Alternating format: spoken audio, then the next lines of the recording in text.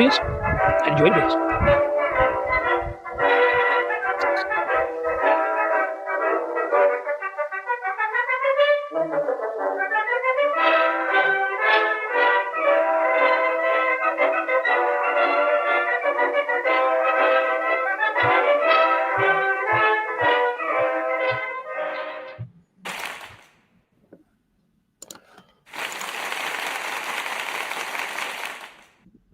That's terrible applause. Yes. Good afternoon, good evening, good morning, and welcome back to the channel once again with me, a Disco, coming at you with another live beer video, another live beer reviews from here in front of the cans and bottles here on the bar, what I'm still a fan of calling the Disco Arms.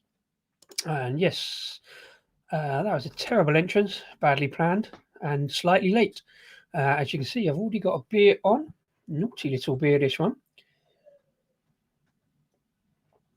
Should have done this much earlier, and it would have been all right. It's a beer that's actually been sent to me by a friend, a home brewer, and it's home brewed, a 5% dark Pilsner. And what a fabulous beer it is, I've got to say. Massive thanks to Kieran for setting it up and let me try it. It's a lovely dark lager, some really rich roasty notes. It's got the lightness of a lager, it's got the slight savouriness of a Pilsner.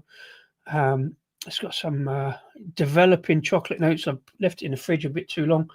So it's a little bit too cold. So as it warms up, those chocolate notes are coming through. A little bit of treacle going on. Touched little twist of licorice as well, maybe. Excellent condition. Reinvigorate that head pretty easily. So nice carbonation, not over carbonated. But yeah, solid dark lager.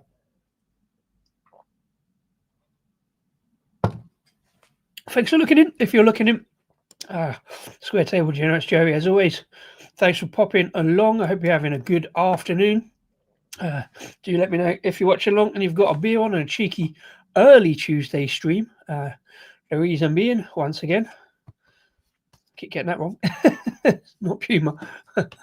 Argyle on the telly, so I'm going to nip out and watch it.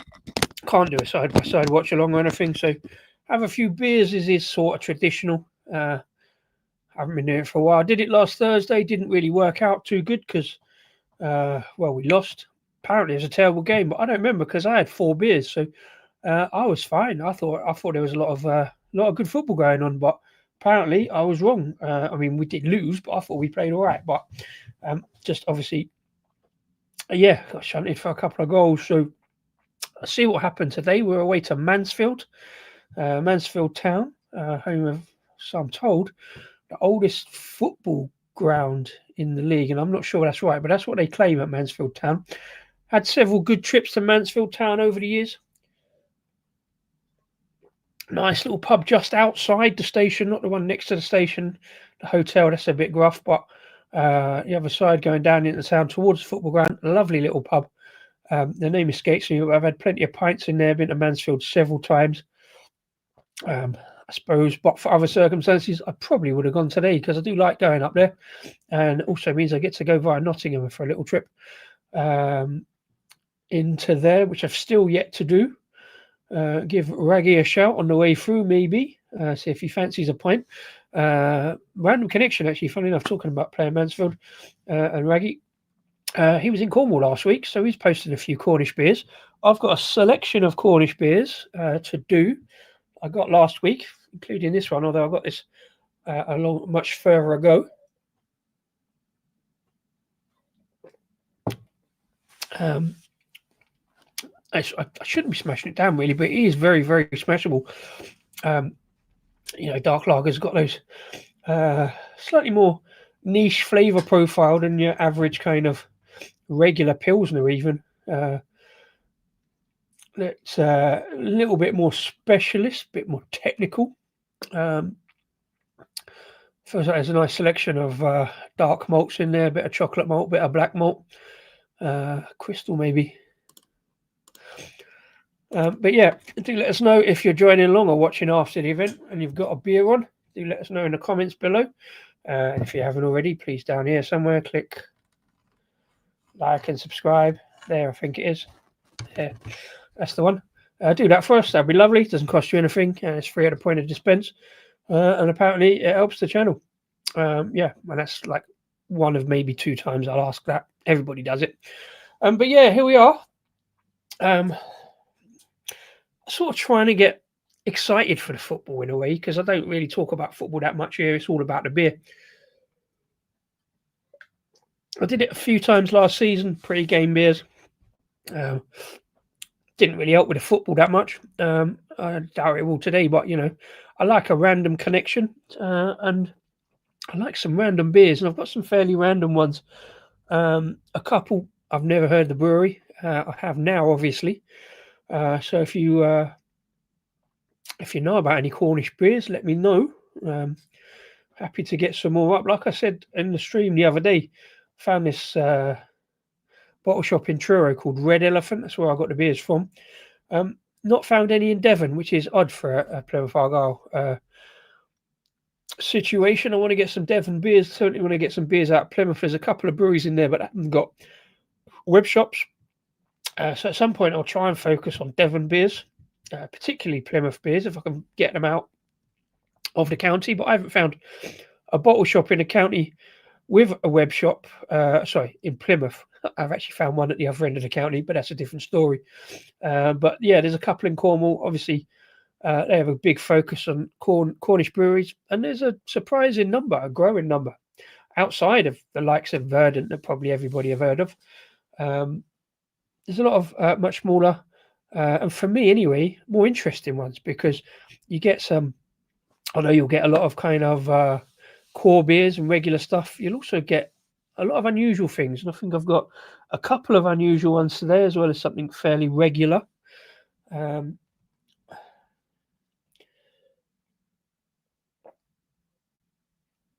well as some homebrew. Some really, really good homebrew. That's solid. Can't find much fault with it, to be honest. There's nothing.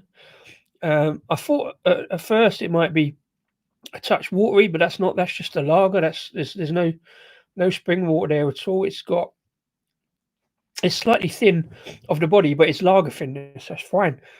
Very little fault I can find with that. Some people might say it's too sweet. Maybe I've not found a beer that's too sweet yet. I'm fine with that. But yeah, that feels like a solidly put together dark lager for me. Anyway, I say I'm probably a little bit biased because it's my mate who sent it up to me. I don't like people sending me beers. Only 1 or 2 people have. If anybody does want to send me beers, I'm kind of all ears. I will play it down and say, hey, you don't have to, but yeah, don't mind people sending me beers. That's all good. And yeah, whether you want me to review them or not, I'm not sure. Kieran actually wanted me to do a video. I sort of have done a bit of a rushed video opening this, but yeah, probably see what happens with that. But yeah, so it's had a little wobble again. Nearly. So yeah, 5% dark pilsner from my homebrew mate in Cornwall. Cheers. It's also a bit odd I start dark, so I'm going to start dark, go through something a bit lighter, and then finish on a stout. Really nice roastiness on the back end of that. Really good. That's just my kind of thing.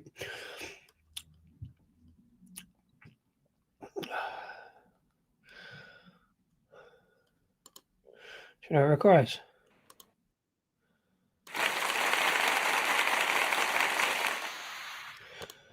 Definitely some applause for that one. I found the applause button, so I'm just going to use it throughout the stream because these things amuse me.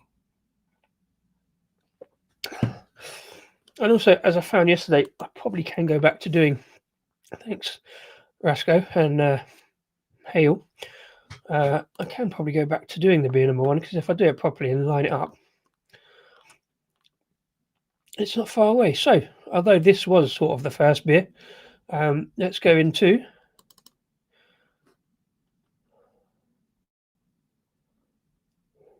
beer number 1, please.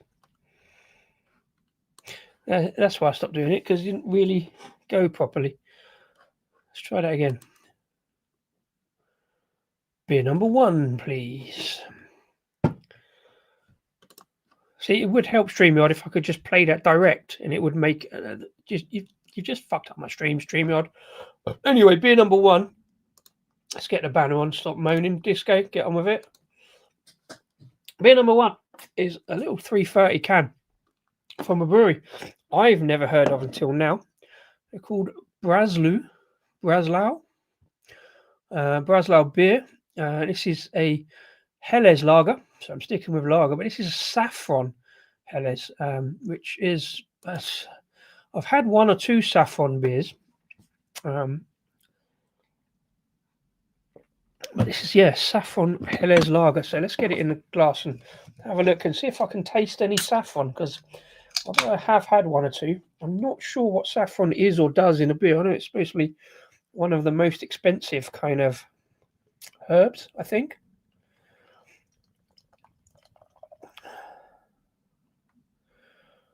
Well, pours fair tidy into the glass. Plenty of carbonation racing up the glass. Looks so lovely.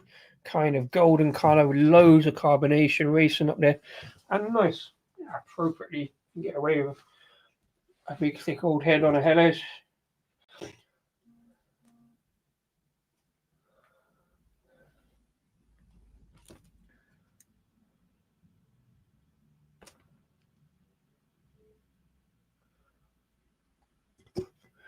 Lovely peach kind of orange colour on the can, but quite difficult to photograph.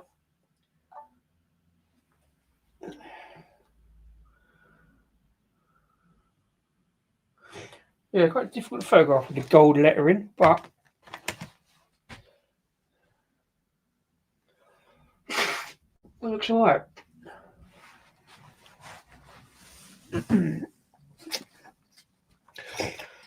So yeah, we'll have a look at the story of Braslou. I had a brief look at it earlier.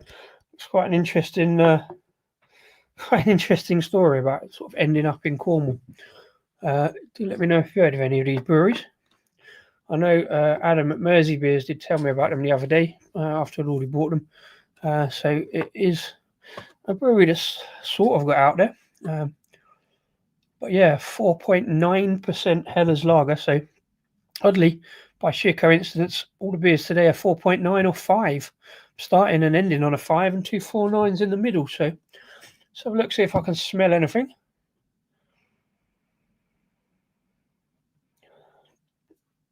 Yeah, same as that one. Definite. Yeah, gentle maltiness, gentle kind of lagery notes. Not sure I can smell the saffron particularly. I don't know how much saffron is there, but certainly looks the part as Helles lagers goes. Cheers.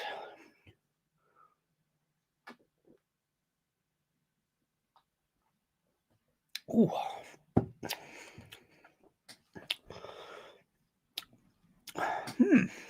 Interesting. That's got a definite twang to it. It's just like, I always struggle a little bit with Helles because I'm not quite fully sure of the style. It feels a bit more kind of Pilsner-esque, that kind of slight savouriness. But there's a slight peppery kind of edge there at the back end. Definitely a big savoury note. It's still clear, crisp, clean lager with some. There's nowhere near sort of ready notes on it, but it's definitely quite light on the malt, and there's a kind of savoury note to it.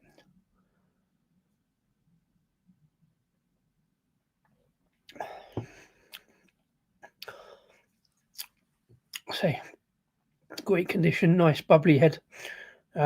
Looks a jolly good beer, and if that's, I think that kind of herby, kind of peppery note is the saffron, and I'm not sure.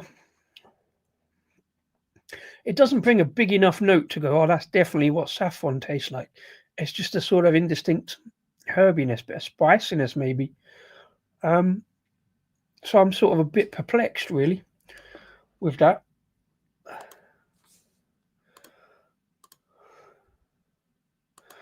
Let's see what they say on account. If not, we'll have a look on the website, see if we can get any more information about this saffron.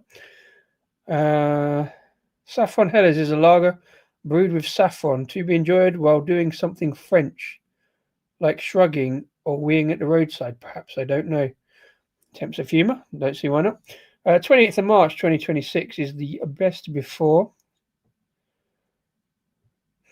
Right, so I mean, what that's in relation to is it's kind of, yeah, so the infamous Braslou beer, born in a barn in central France, exactly like Jesus. No, not exactly. Braslou beer reigned for a short time as the finest brewery in western Braslou. Population 304.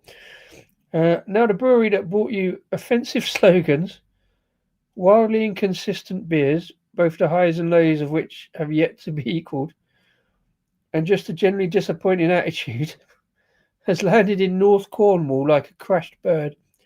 And we are making beer here, and nobody really understands why. And yet here we are. Find out more about Braslou beer by reading our books. A Beer in the Loire and Trouble Brewing in the Loire, both shortlisted for the Fortnum & Mason Food and Drink Awards. It's one of those kind of bits of humour that if you know what it's about, it's funny, I think. But maybe it is just funny, I don't know. A little bit of self-depreciation. Let's have a look on the website, see if we can find any more nuggets of info. So, yeah, so he started off in France and don't seem to have explained why they're now in a place called St. Issy. It's got a Plymouth postcode, so I'm kind of on the right track. Find us at Barnfields Business Park, PR27, perpetually waist deep in catastrophe, and see why you need to drink the beer that launched 1,000 something or others. I've run out of steam. So they have got a tap room. There's their books. Yeah, so a guy called Tommy Barnes, how he ended up in France with a name like Tommy Barnes. So there's the Saffron Helles that I talked about, a lager in name, but brewed with saffron, which enriches the beer, gives it a new dimension, and really turns it into a whole new beer style. Another first for Braslou beer. I think it's Braslou. I'm going to go Braslou. Other breweries will follow. Remember who did it first. Oh, here we go. Right, so Biere in the Loire. The first book is a story of one family's ludicrous attempt to escape the rat race and move to French wine country to brew beer, despite not knowing how to brew beer. Disaster follows, calamity follows, catastrophe. As Tommy Barnes, that's me, ploughs ahead with what was at best an ill-conceived idea in an attempt to feed his family. And then he gave up and came back to Cornwall, or just went to Cornwall. I don't know. It's not exactly like confidence inspiring as such, or is it? I don't know. Like, yeah, we've fucked everything up, but we're giving it a go anyway. It's sort of, yeah. I mean, the beer itself has turned out kind of fine. Yeah, let's look at the other beers.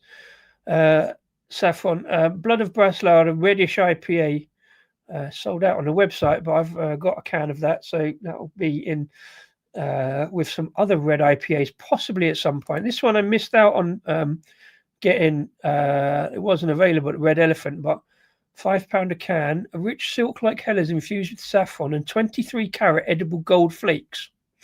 Why? I mean, edible gold flakes. They used to have in what was it? Goldschlager, the kind of spirit that used to be in. Well, it was in my pub. Basically, all it was the edible gold flakes would just nick the throat and get the alcohol into the bloodstream quicker. I think that was the story anyway. To see it in a beer, in fact, it's probably just this beer.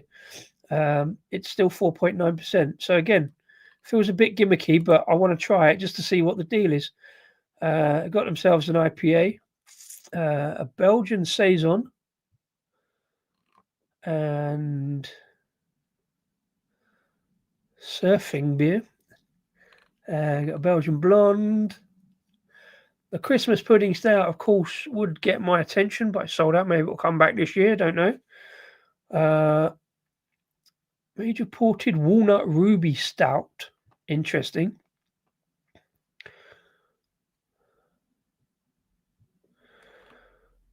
So this is a pair with Biere GPT 360 app.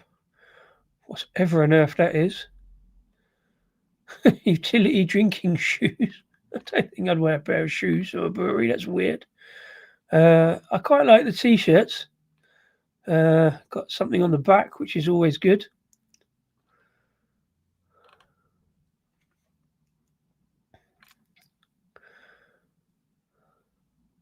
Slip-on canvas shoes. I don't know. Would you? This feels like a thing they'd have to get kind of specially printed up. Yeah, I don't know about that. So some interesting merch line.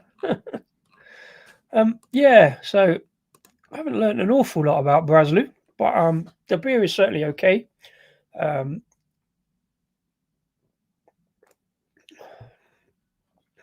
I'm just not quite sure what Saffron brings apart from that kind of slightly earthy, slightly savouriness, maybe. I really want to like it, and I'm sort of like, I do. It's a perfectly decent Helles, and I'm not sure it's been enhanced by the Saffron.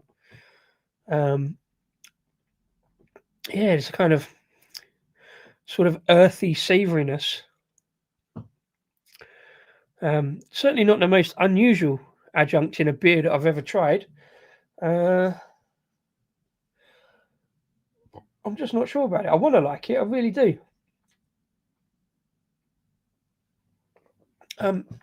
Yeah, as lagers go, I'd rather be drinking my mate's homebrew, which is not a slight on my mate's homebrew because that is a jolly good dark lager. Yeah.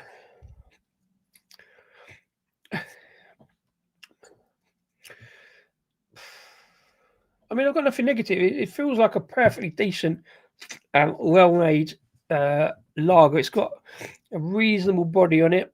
There's a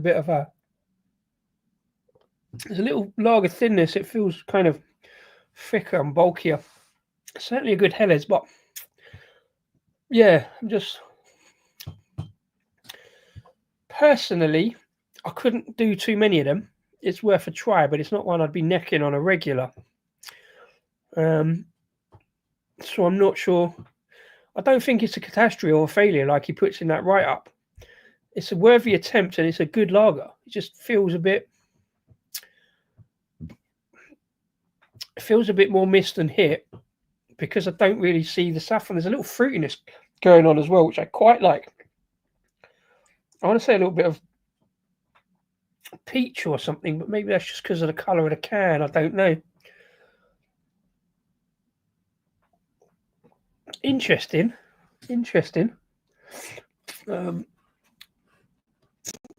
Certainly a different kind of lager note. Say it's not something I want to drink on a regular basis, I don't think.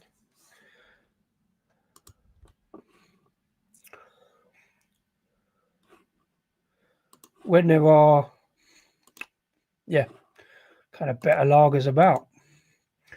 It's not difficult to get through.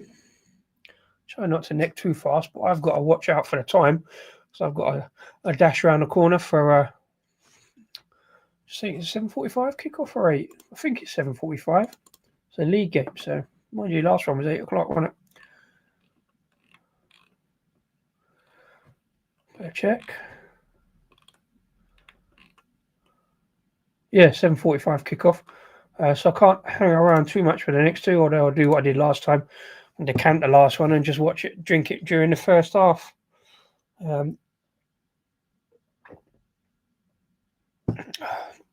Yeah, I can't neck that too easily because there's that kind of, it's not harsh, it's just kind of oddly savoury, more so than a regular Pilsner might have that kind of Saaz hop, slight kind of savoury note. It doesn't say the hops,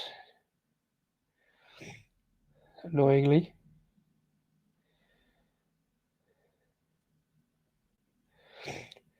Yeah, so there's Cornwall's got a Plymouth postcode. There's a little bit of Cornwall just over the bridge, Salt Ash and all that. We've got PL postcodes. Don't understand geography. If it's a different county, surely it should be a different postcode. But yeah, postcodes don't make any sense. So it is kind of relevant. Although, as I say, there's being all those Plymouth postcodes, and further down on into Cornwall, Plymouth being the biggest or the only league team kind of in Cornwall, do pick up a lot of fans from across those eastern edges of the county and even all the way down the rest of Cornwall. Of course, people move around and stuff like that. So not just Plymouth fans coming from Plymouth, they're from all over. And look at me up in London. Accidental, of course, as I said the other day. Just got stuck with it for 20 odd years, 30 odd years, nearly 30 years. Yeah, I want to smash that back and get onto another one, but I find it difficult. Fantastic head retention all the way down, reasonable amount of lacing here and there, although not consistent. Suggests solid beer in a good condition. As I say, probably halfway through the year. Probably put a year on the best before dated out on that lager, even though it's got the saffron in it, I suppose. So it's probably made sometime late spring, early summer, maybe, if not before. And it's sat around until I picked it up a couple of weeks ago. So yeah, it's a good beer. It's just not quite, hasn't quite got that smoothness of flavour for me. It's definitely balanced, but not quite the smoothness of flavour for me. Oh, excuse me. Well carbonated, plenty of burps.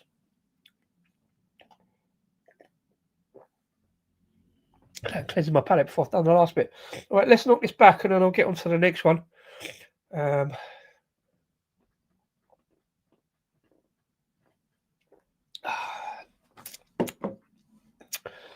you go. Yeah, it's not unpleasant.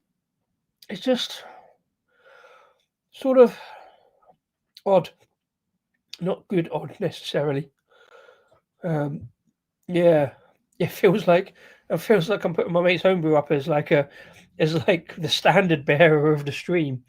But reading that right up of Braslou, like it's sort of like they're expecting something to be a bit hit and miss, so they just sort of carry on. But there you go.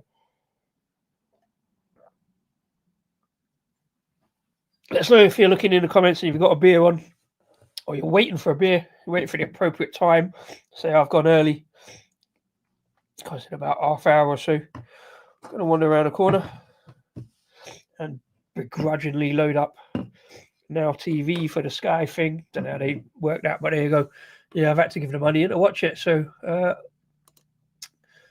we go. Right, so having done that, let's go through this rigmarole of finding the screen for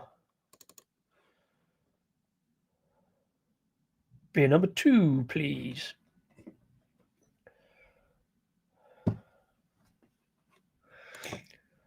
Right, let's try it again. This way Rasko asked yesterday about this. This is why I don't do it like this, because it doesn't work very well. Beer number 2, please. There you go. Right, beer number 2. Change the banner. Beer number 2 is from a brewery called Coldframe, who I think are in Launceston or Launceston. Launceston, my Cornish geography is not amazing. Outside of the A30 and the A38. But yeah, a brewery called Coldframe. This is a beer called Blossom, a 4.9% Elderflower Pale Ale. So still looking at random adjuncts. Elderflower is not one I'm necessarily keen on. It's one I kind of often try because it's sort of usually a kind of floral note, and I'm not sure whether it actually really works in beers. Whether we even ever pick it up. So let's get into a glass and find out, shall we? Again, nice piece of can design. Brewery name, little bit of artwork, percentage and beer style on the front. Pours into the glass, properly pale as you might expect. In fact, that's probably going towards extra pale ale, I think. Mr. Wilson to remind me of the can balance, so I'll do it anyway because I've only just thought of it. Out of the way.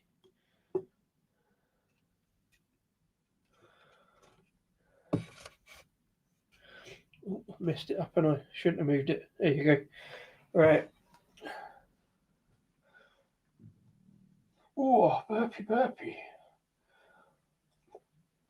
So yeah, it looks pretty good in the glass. Nice and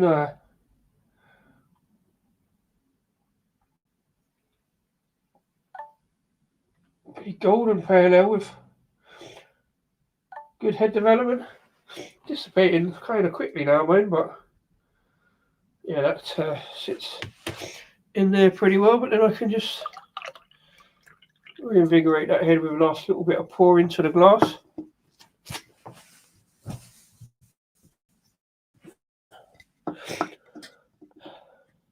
Yeah, so really pale, much more pale to the naked eye, a bit darker on the screen.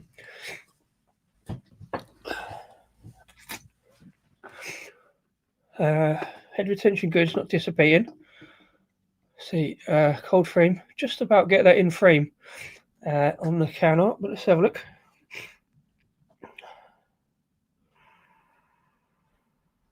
Yeah, a little bit of fruitiness. Bear with me a second, I'm going to need to smell that better.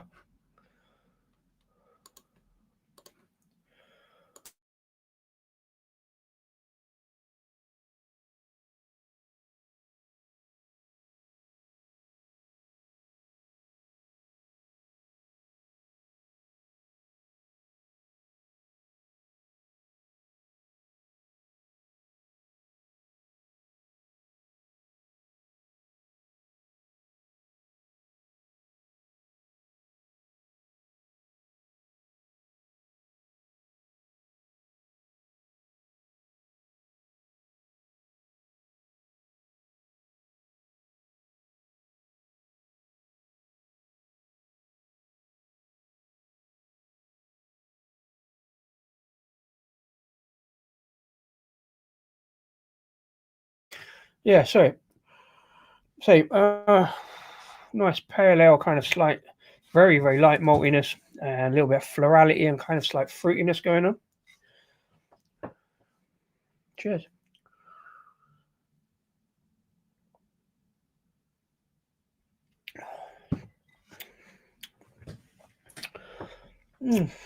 Nice. Yeah, nice fruitiness. It's not massively hoppy because I think the Elderflower is doing some work there with that kind of fruitiness and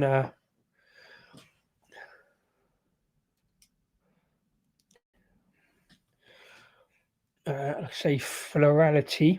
Oh, I didn't change that. So Elderflower Pale Ale, it does say on the side of the can, I just reminded, raw barley Elderflower Pale.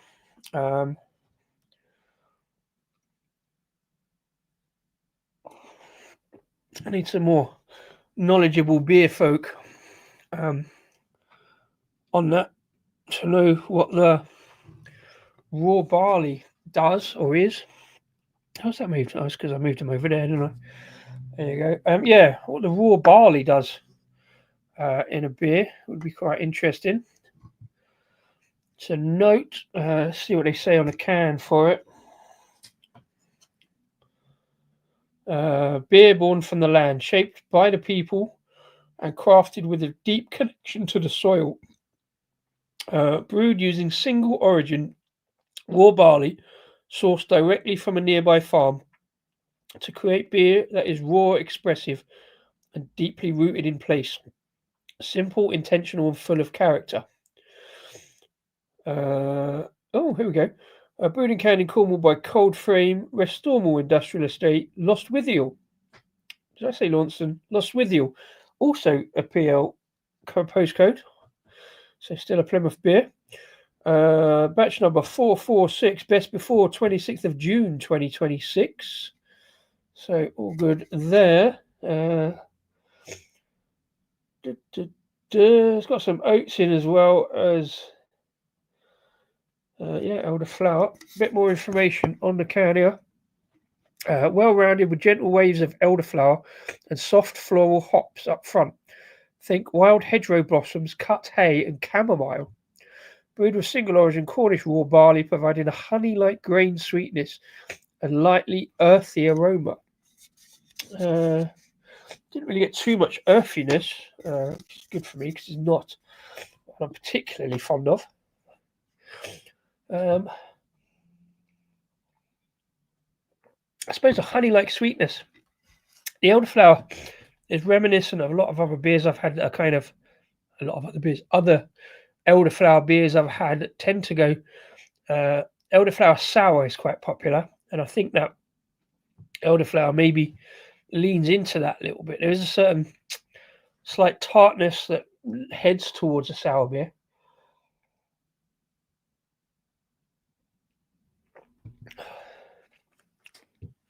Again, there is a little bit of kind of earthy, kind of almost savouriness to it. I'm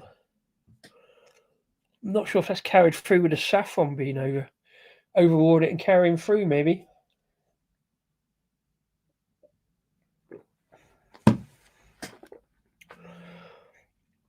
It's kind of a summer pale ale where you could just sort of sit out in the sun overlooking some Cornish fields and just sort of enjoying that florality and that kind of slight fruitiness. Certainly refreshing. It's been in the fridge all afternoon, so it's kind of cold enough. Gives a lot of interesting notes. It's definitely something a bit different. It's got a nice little story behind it.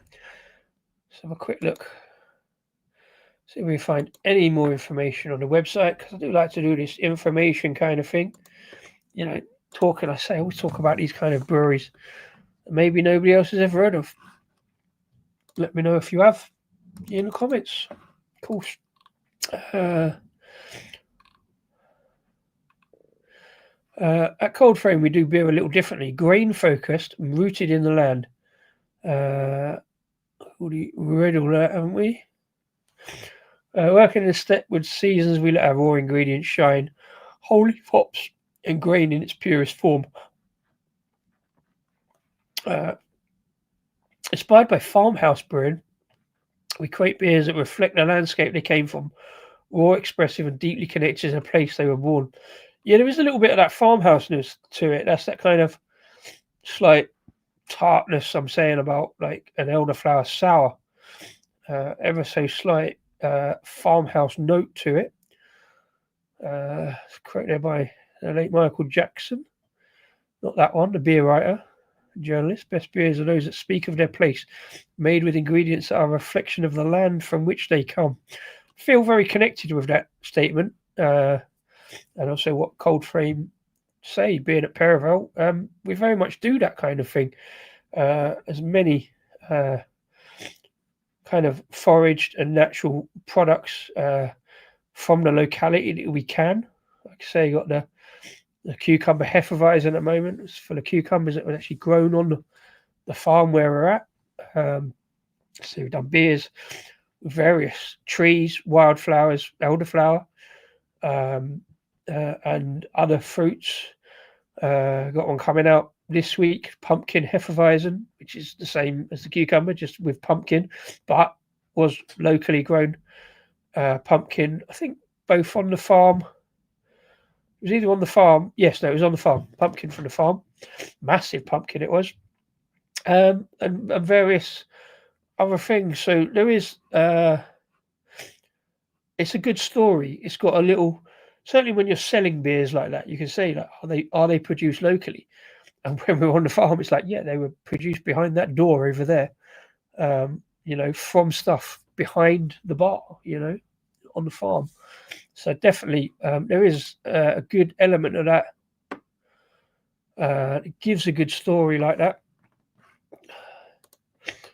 Mr. Wilson, hey, thanks for popping in. I've gone early again because of the pre-football.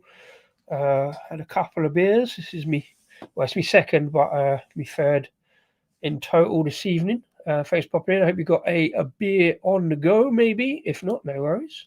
Just looking at Coldframe. It's brewery down in Cornwall that I found because I'm looking at Cornish beers today. See if there's something interesting in their blog. Let's look at the about section. Internet's been a bit on and off today. A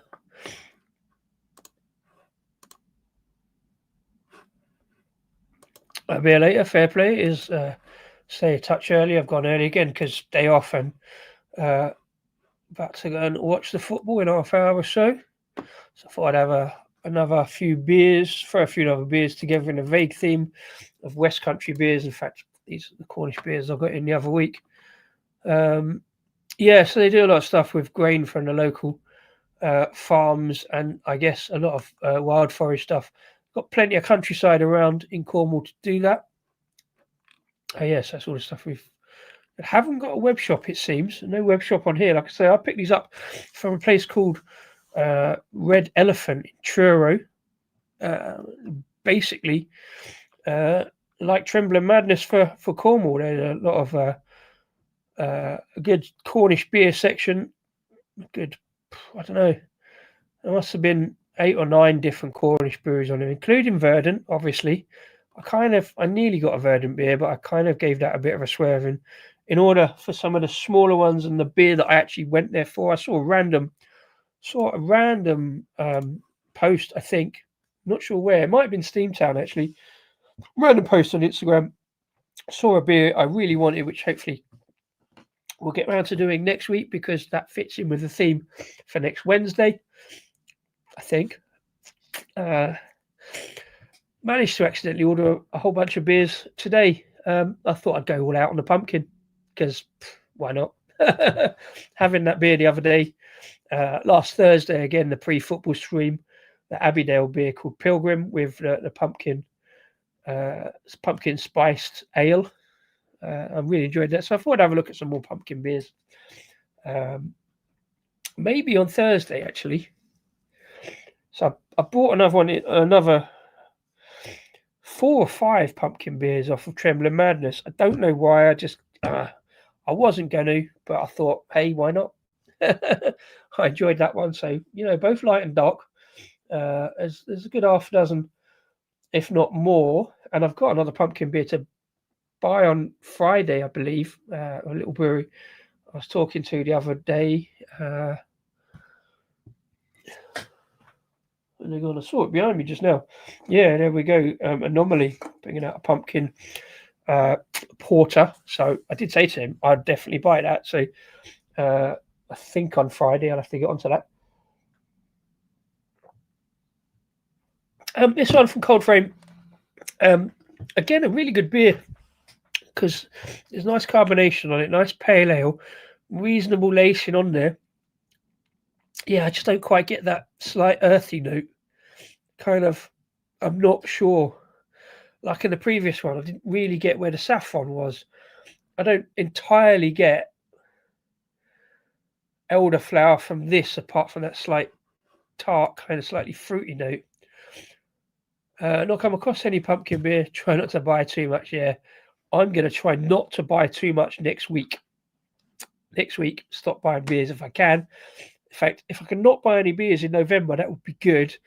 And then I'll start thinking about Christmas beers in December. But yeah, I am done hard and so much. And sometimes that sort of slight anxiety is sometimes if you can't make a decision, I often go, oh, fuck it, just do it. You know what I mean? You've thought about it. You've come up with an idea. Just do it and be damned. And if it doesn't work out and it was a bad idea, when you've only... I can't go around throwing around too many £30 at Trembling Madness, but 30 quid, if nothing else, I've got some beer. Whether it's a good idea or not is anyone's guess, and you can condemn me for it accordingly. But yeah, bought some pumpkin beers. I didn't buy all the pumpkin beers. I think I bought all the pumpkin beers off Trembling Madness, but I'm not going around directly looking for any more. There was one on there that I really wanted. I don't know why, it just caught my eye. So and it was actually out of stock last week. Otherwise, I did have it on there last week, but they've restocked it. So I thought, right, I'll put it on there because I missed out on it. And I was only going to do one, but then I took that Abbeydale one in for the Pilgrim stream last week. So now I've got no pumpkin beers in. So knowing that I was getting one on Friday, anyway, knowing that we're bringing one out on Friday, I kind of want to do a little, maybe side by side of our pumpkin beer and everybody else's and see what the differences are. And now I've got 2 streams worth of pumpkin beers to do. So maybe I'll do another one next week. But then, yeah, I've got far too many other stuff to do. But, you know, is it a good idea? Who cares? It's beer, isn't it? It's all about the beer. I have to say I'm struggling slightly with the farmhouse nature of this. That's like slight sourness. It's not a bad beer. It's just not quite sitting in this set so well. I think having had the dark beer to start with is kind of, I should maybe have just thought about it and done that at the end, rather than getting all excited and just, I don't know. I tried it off camera, tried to do a video, didn't really work out, so I just went into the beginning of the stream with that one. So my mate's homebrew from down in Cornwall, so it fitted into the set, so I gave it a shout. But yeah, where are we at? What time we got? Careful not to wang on too much. I say 7:10, so I've got 20 minutes before I need to nip out and get online elsewhere.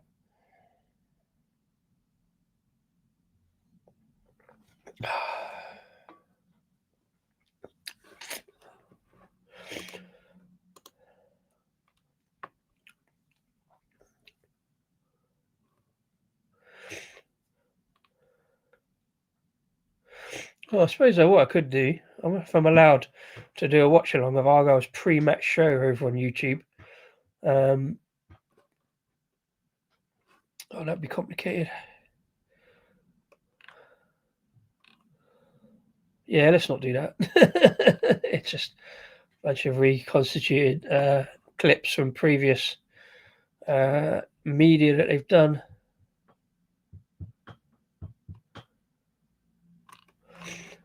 So I just had a secondary idea. Yeah.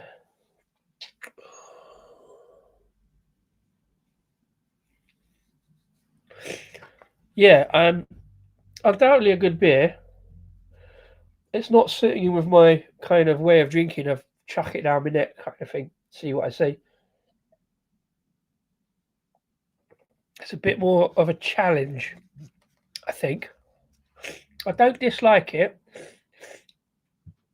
and it wasn't a mistake to get it. It was just, it probably doesn't sit in this kind of way I drink, certainly pre-football way I drink, of smash as many beers down as I can. Certainly within, try and get into an hour. I think 20 minutes to drink a beer is kind of fair for an experienced drinker such as myself or anybody else, really. So I do try to get 3 beers in an hour stream, and then every now and again you get one that's a bit more challenging, and in amongst a bit of talking, because you can't just be drinking, it sort of, presents over 20 minutes. Bear with me a second.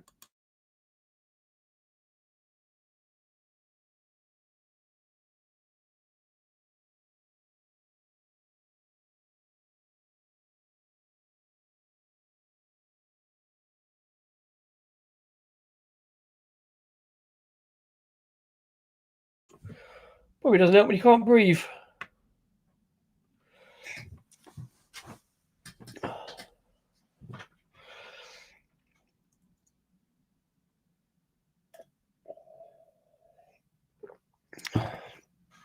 But yeah, it's light enough. It's got some interesting notes. It's just a bit different. Despite the fact, 4.9, it's not, with all those slightly unusual flavours to it, it's not particularly a session beer for me anyway.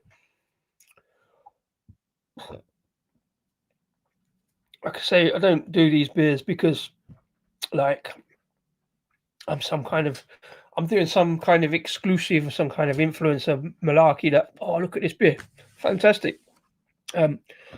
Although I did say that about the first beer, but that's not commercially available. So, yeah, this one, it's just a really interesting, if you're in Cornwall, if you're in Lostwithiel, I'm sure there's a lot else to do in Lostwithiel, but there you go. But yeah, they've got some other stuff. I can't see what else they've got. I should look at Red Elephant, actually. Let's go through the Red Elephant ones that I could have got and did get. Red Elephant in Truro. Looks like a good little bottle shop. They sent me, I say a good little bottle shop. They sent me a bunch of stuff as well. Little appreciation of the order card. That's always nice. Beer mat, always good. Sticker. I don't collect brewery merch stickers, but it's always nice to get them. And I will put them up somewhere. Red Elephant Beer Cellar and Tasting Room in Truro. So yeah, 10 craft beers on tap, 200 canned and bottled beers to drink in or take away, or available for delivery. Local Cornish beers, large German and Belgian beer. Selection Truro's premier craft beer bar and bottle shop. It's Red Elephant. Like I say, they didn't send me the beers. They did send me the beers because I put an order through. Quite a small order. It was 8 beers. But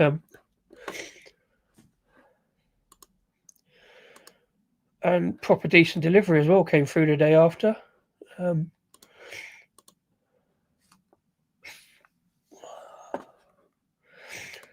Yeah, nicely laid out shop. Weird that on all those different beers, I didn't look at the Belgian, Canada, Australia section, but I have a section for Cornwall. No section for Devon, I note. Oddly, or maybe it just comes in rest of the world. I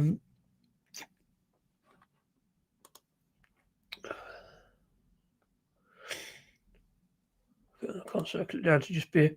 So yeah, quite a lot of Verdant, obviously, on there. Blunt Rock, I know, and maybe I should have gone for one of those, but I didn't see enough particularly. See, that Blunt Rock Double IPA might have been interesting. Pipeline is another brewery really want to get into. I see them about quite a lot, and I know they're on Trembling Madness. In fact, I have one Pipeline beer in, actually. Guava Lava, there in the mid-right distance, sounds pretty good. A Guava Sour, says we're doing guava beers the other day.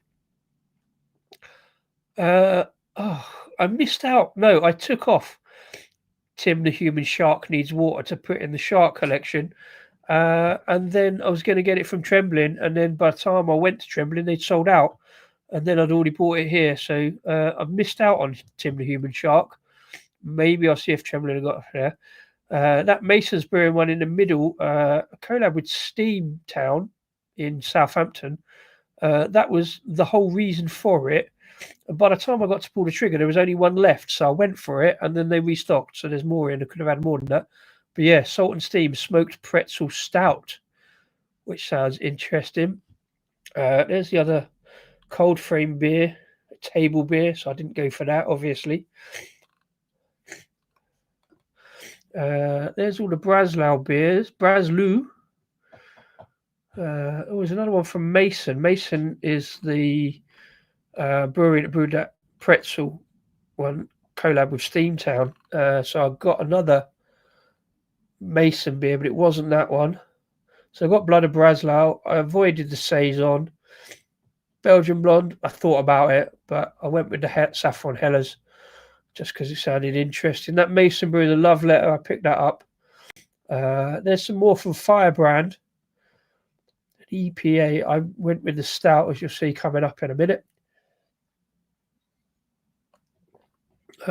Yeah, so plenty of stuff from Cornwall as well as others. There's double IPA from Bandwidth that might have been from Pipeline. Bandwidth rights might have been all right.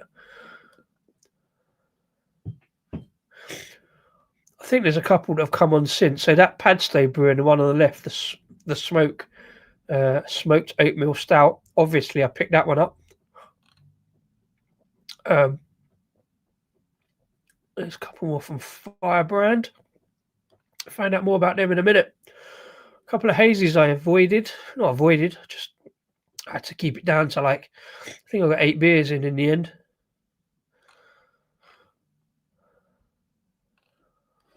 There's another page to go. Let's have a look.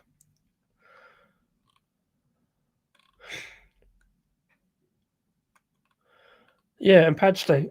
So yeah, plenty of stuff there.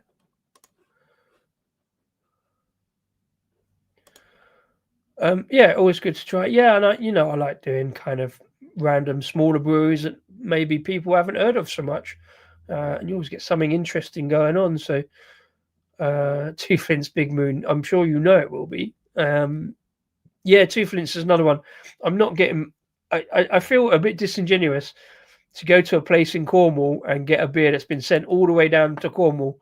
That's from nominally round here. So yeah, I went with an old Cornish selection from them, even though there's probably loads of stuff I could have picked up. Two Flints is another one that I look at until they bring out a certain name beer, maybe. I'm like, I look at them and I'm like, yeah, it's just hazies and double IPAs and stuff. And there's, how I buy beers that are kind of name. These things amuse me by name, beer name. Even if it's like, hazy IPA, it's like I'll buy it if it's got an interesting kind of story behind it rather than just because it's a certain brewery. And Two Flints have fallen slightly for me into that kind of slightly hype brewery kind of thing. So I'm sort of, even though I've been to Two Flints and sat outside Two Flints, I looked at their board. I did have a beer from Two Flints when I went there, and I'm just like, yeah, it's great, but it's just not me so much because, yeah, I mean, I went there because of Indie Rabble next door, so I've got to have a Two Flints whilst I'm there.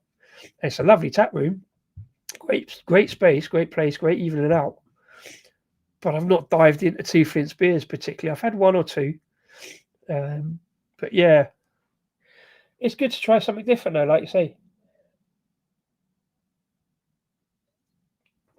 This one, however, it's a bit of a struggle. I could say it's not one I can smash down particularly. I think they make some of the UK's best dippers. Fair play. I mean, yeah, they do.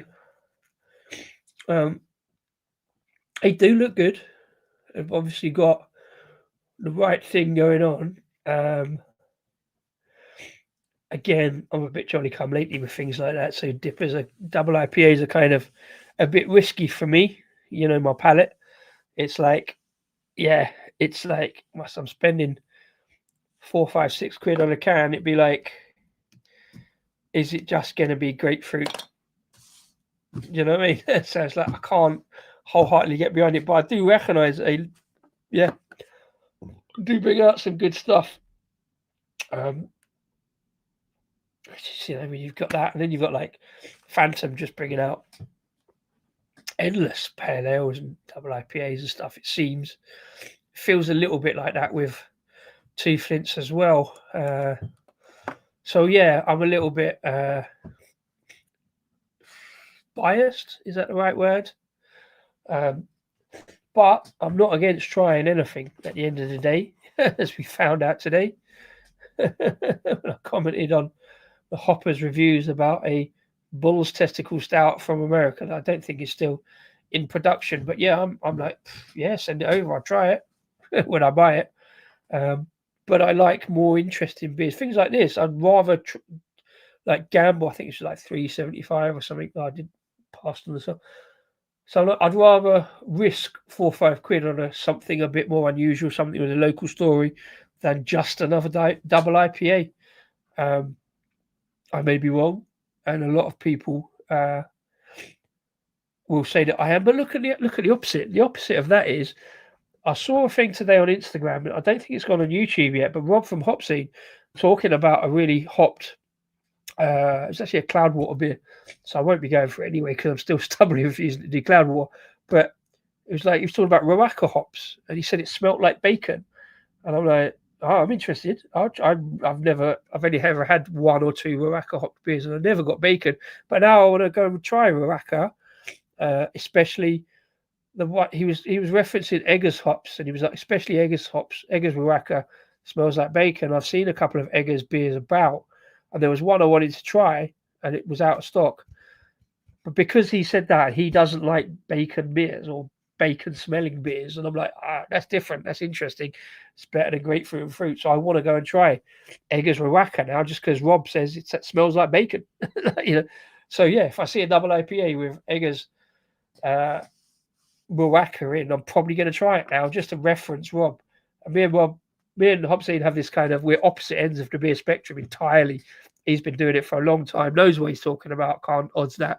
We just summarily disagree on certain kind of hop characters. He does a lot of big double IPAs and IPAs and stuff, and all the hype stuff. And where he is in Yorkshire, he's got easy access to stuff like that. But yeah, I I summarily disagree, but I agree with his. I agree with him. It just doesn't work for me. So bear with me a second again.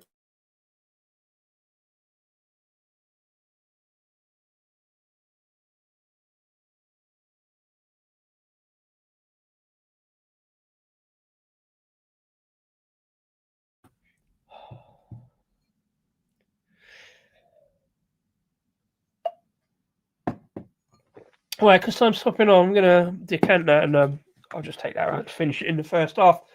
Because I want to get onto the last one, because I like doing 3 beers, although I've done 4. That was possibly a mistake.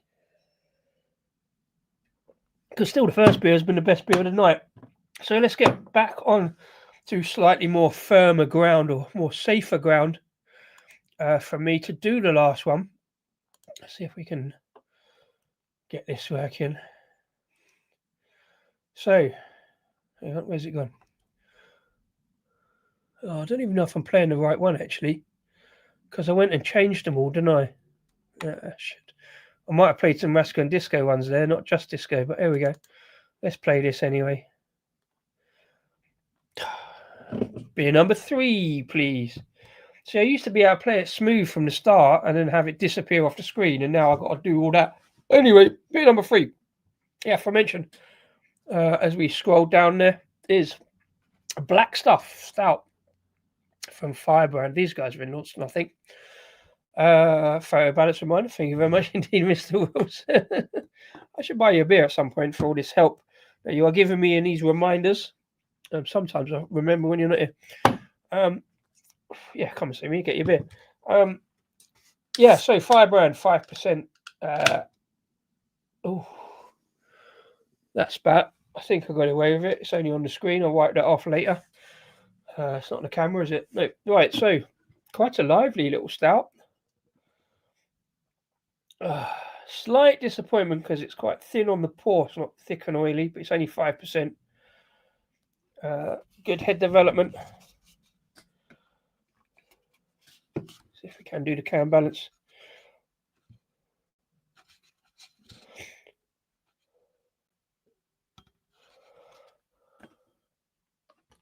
I think I might have nosed it. No, there we go. We're on. It's not balancing on the glass. I'll have to put the screen down, of course. Go to the other side.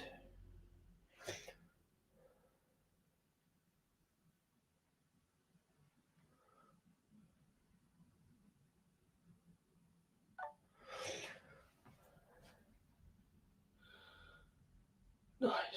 I mean, I didn't get the glass the right way around, so let's try that again. Try to nose it up. Might as well show the logo.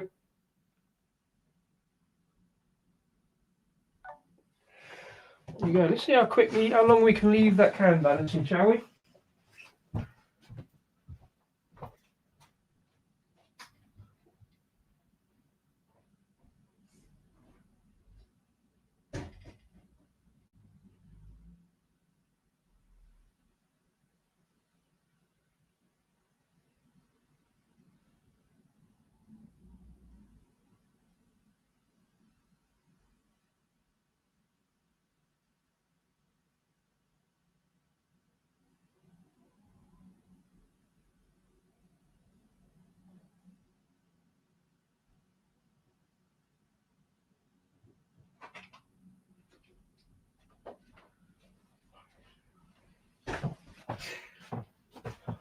Sorry about that. Just took the opportunity to, yeah, 3 beers is in for you. But there you go. All right, so we've done the can balance. We've done the photograph. Let's top that up. I'm going to do this one pretty quick. Just do the review. Probably nip off because we'll get round the corner. What are we on now? Well, that's past. Oh, right. So I've got 5 minutes on this one. But yeah, black stuff from Firebrand. Oh, excuse me. Let's have a little sniff. Yeah, jolly standard stout. I thought at first this one might be like a nitro stout because a lot of breweries are doing that now. I'm calling it black something. Black stuff sounds like a nitro stout or could be possibility in the future. Let's see what we get. Cheers.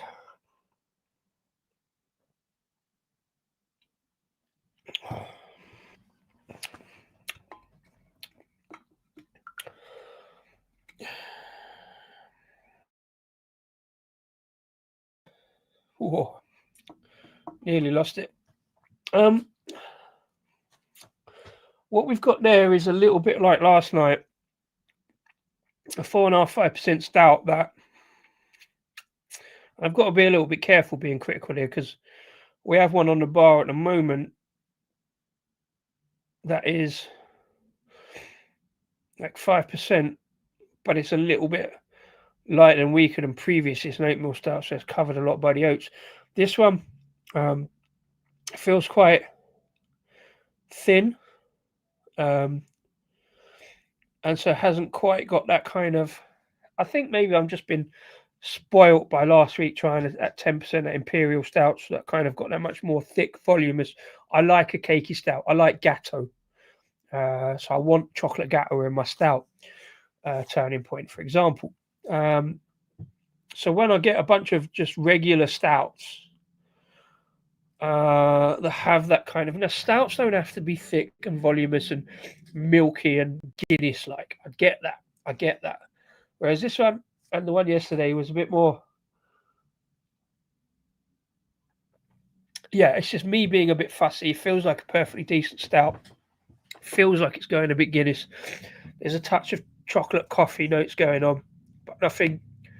Do you know what? Actually, that's a bit harsh. There is a bit of gatto going on, but not gatto consistency. There's a bit of sort of sponge in there with that kind of maltiness. There's a little bit of wafer there now as well. That's why, as I say, I like doing the reviews for the top, top down, doing it all the way because it changes slightly and you get more notes as you go along. Initially, that feels quite thin. Now it's coming with much more kind of milk chocolate, dark bitter chocolate, the bitterness of coffee without really tasting like coffee particularly. Although there's a little bit of mocha in there. So yeah, no, that's developed weirdly. So initially, because I saw that thin pour, it felt a bit thin on the first mouthful. Now I'm thinking, yeah, see how you invigorate that head fairly quickly, which I think says a lot about the condition of the beer. Bit of lacing going on, slight amount of alcohol in there for a 5%.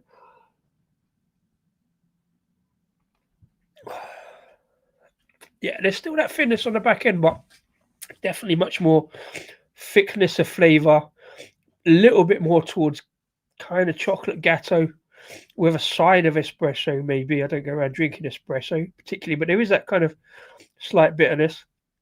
It's a solid stout. I'll take it back what I said initially. Pretty solid stout, quite tasty, quite roasty.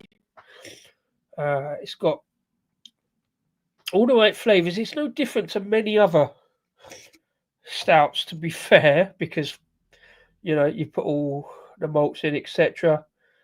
But yeah, no, it's all right. It's all right. Cornish craft beer made from humble roots, it says on the can. Our mantra is to brew bold, progressive beers that we love to drink. I don't think this is progressive. It's bold enough. Yeah, Firebrand in Launceston, Cornwall. Still a Plymouth postcode. I forget how far Plymouth postcodes go out. Like I say, my Cornish geography isn't expansive as I like to think. Right, Black Stuff Stout, a classic twist on a dark styled pub favourite. This 5% stout is bursting with chocolate, licorice, and coffee flavours. I don't get licorice so much. Definitely a bit of chocolate going on now. The perfect choice for those cold winter months. Stouts perfect for any time of year, especially a couple of pales and a stout to finish. The perfect choice for cold winter months. Black Stuff is complex with accompanying. Excuse me. Nose is going. Yeah, talking about cold winter months. Nose is going overtime. Black Stuff is complex with a comforting malty backbone familiar to any stout lover. It does say the malt bill, which is good. Pale crystal chocolate, wheat, and roast barley. Hops, Celia. So for the third stream in a row, I've got a hop I've no idea about, never heard of. Celia and Columbus. So yeah, never heard of Celia. But yeah, I think bringing a little bit of bitterness here. Maybe a touch of hedgerow fruits going on. A little bit of blackberry, hints of rather than actual out and out blackberry. Yeah, so as it warms, a bit more on that chocolatey complexity. Bear with.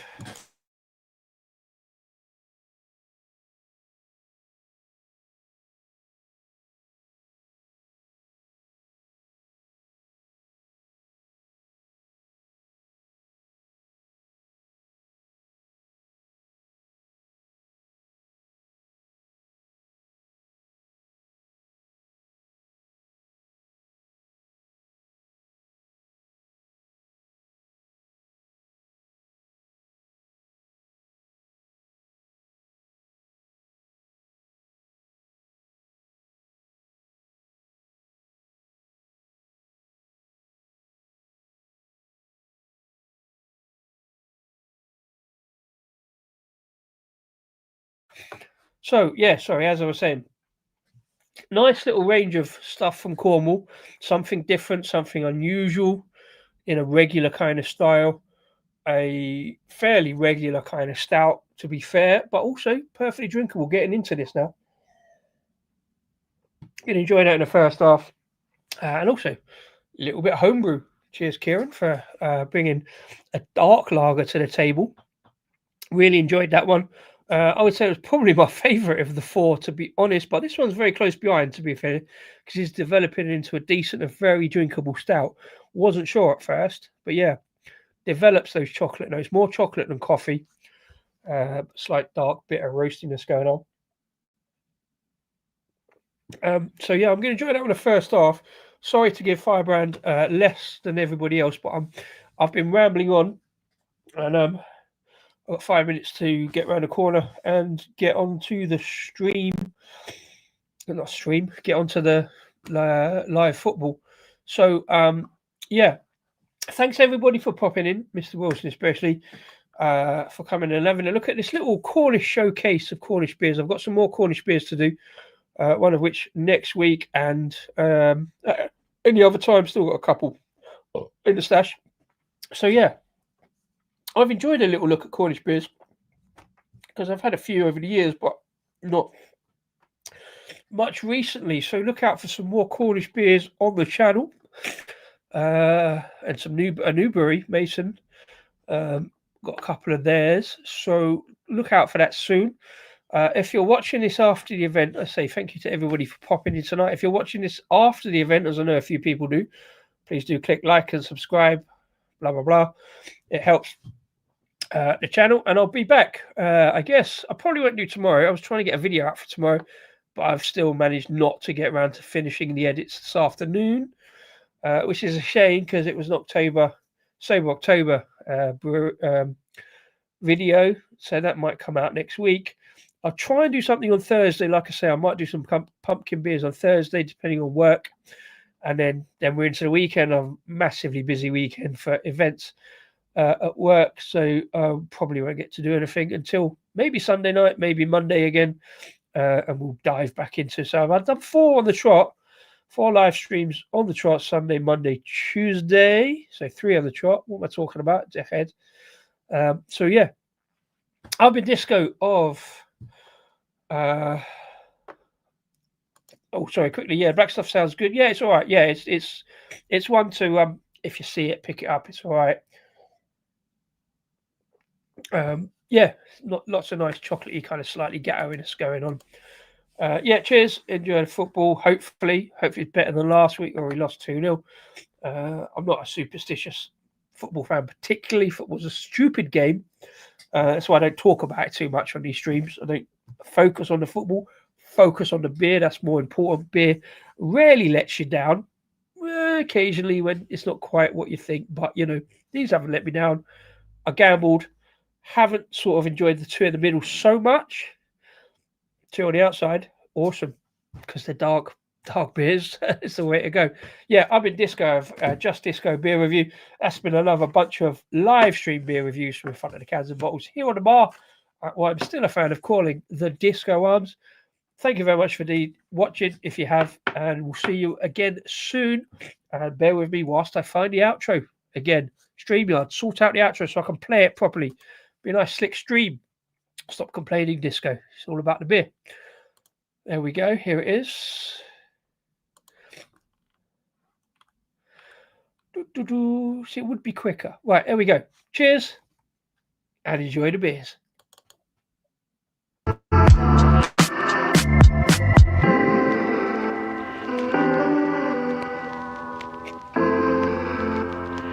Up the Argyle.